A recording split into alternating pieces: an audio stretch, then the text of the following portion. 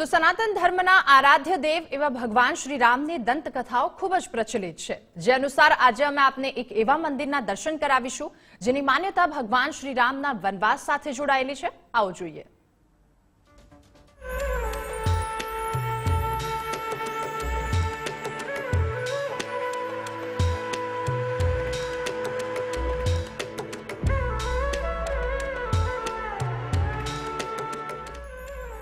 આપ જોઈ રહ્યા છો તે મંદિર છે વલસાડના પારડી તાલુકાના પલસાણામાં આવેલું રામેશ્વર મહાદેવ મંદિર।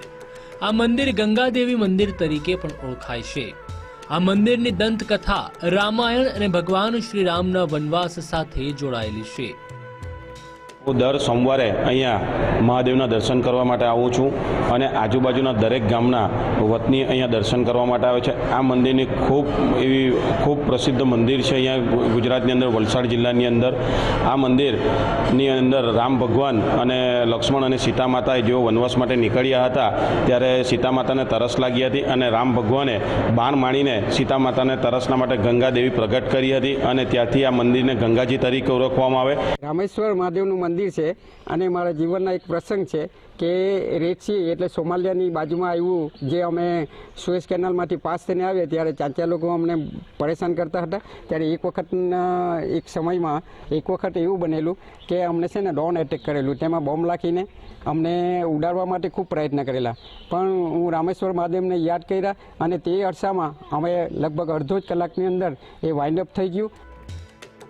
ભગવાન શ્રી રામ, સીતાજી અને લક્ષ્મણજી વનવાસ દરમિયાન દક્ષિણ ગુજરાતના અનેક સ્થળે રોકાયા હતા, જેમાં ખાસ કરીને પારડી નજીક આવેલા પલસાણા રામેશ્વર મંદિર પાસે સીતા માતાને તરસ લાગતા શ્રી રામચંદ્રજીએ તીર ચલાવતા સ્વયં ગંગા મૈયા પ્રકટ થયા હતા અને સીતાજીની તરસ छिपाવી હતી। ત્યારથી ગંગાજીના જાત્રા તરીકે આ સ્થળ પ્રખ્યાત બન્યું છે। અહીં અમે લગભગ 25-26 વર્ષથી અહીંયા પૂજા માટે આવીએ છીએ દર સોમવારે, અને મહાવત તેરસના દિવસે ફાગણ મહિનામાં મહાશિવરાત્રિનો બહુ મોટો મેળો ભરાય છે અને રાત્રે પણ દર્શનાર્થે લોકો લાખોની સંખ્યામાં આવે છે। અને બીજું એક મહત્વ છે કે અમારા મહાદેવ દાદા આજ સુધીમાં એવું નથી બન્યું કે કોઈની શ્રદ્ધા કે વિશ્વાસ રાખ્યો છે એમનું કામ નથી થયા, ઘણા લોકોના કામ થાય છે। મારા દીકરો જવાનો હતો યુરોપ, અને યુરોપથી વિઝા માટે ઘણા વખતથી ઘણી ટ્રાય કરી, પણ દાદા પાસે એક દિવસ બાધા રાખતા અને વિનંતી છોકરાએ પણ કરી, અમે પણ કરી, તો 1 મહિનાની અંદર એમના વિઝા પણ મળી ગયા અને યુરોપમાં સેટ થઈ ગયા। પૂર્વજો અને સ્વજનોની તર્પણ વિધિ કરવા માટે દૂર દૂરથી લોકો આ પવિત્ર યાત્રાધામમાં આવે છે। આમ લોકોની અપાર શ્રદ્ધા અને ભક્તિ સાથે રામેશ્વર મહાદેવ સંકુલ સંકળાયેલું છે। છેલ્લા થોડા વર્ષોમાં પલસાણા મંદિરનો તબક્કાવાર વિકાસ પણ થઈ રહ્યો છે।